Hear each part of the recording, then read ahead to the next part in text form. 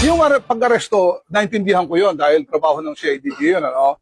Ang hindi natin maintindihan at kinakababahalan natin ay bakit yung mga taong nagpapahayag ng mga damdamin, nagpoprotesta dahil dito sa mga matinding korupsyon na ito ay kinakasuhan, pinuhuli, inaarestong tulad ko.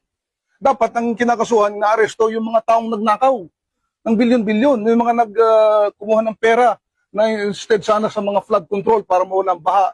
Ayun ang inaasam natin na makulong, mapanagot, pero wala.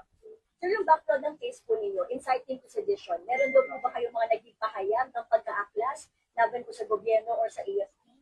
Ayun na nga yung inciting sedition is parang nanghihikayat ng sedisyon na pabagsakin ng gobyerno. Hindi ho namin ginagawa yon sa gobyerno. Kami lamang ay nagpapahayag ng damdamin, matinding puot, galit ng mga tao, na tulad ninyo, tulad natin lahat, tulad ng mga pulis, tulad ng mga sundalo, na nararamdaman natin yung ang paglapastangan ng mga taong pinagkatiwalaan natin, mga taong binoto natin, na pagsilbihan tayo, pero sa halip, tayo ay winalangya.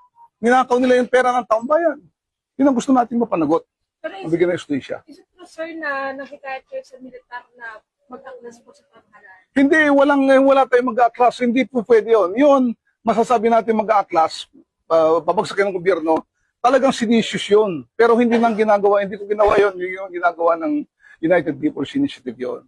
Pero General, ano daw po yung naging context? Bakit po kayo kinasuhan ng inciting to sedition? Yung sinasabi nila, yung mga post ko raw na destabilization, ng gugulo sa gobyerno, mga ganon. Pero wala naman yung talagang mag-aklas, labanan ng gobyerno, papagsakit, wala naman ganon. So yung aming grupo, United People's Initiative, ay tuloy-tuloy pa rin na magpapahayag ng mga damdamin natin mga Pilipino dito sa matinding korupsyon na nangyari sa ating bayan. Kasi nga, inaasahan natin na bago magpasko, mayroong mga makukulong, mayroong mga papapanagot.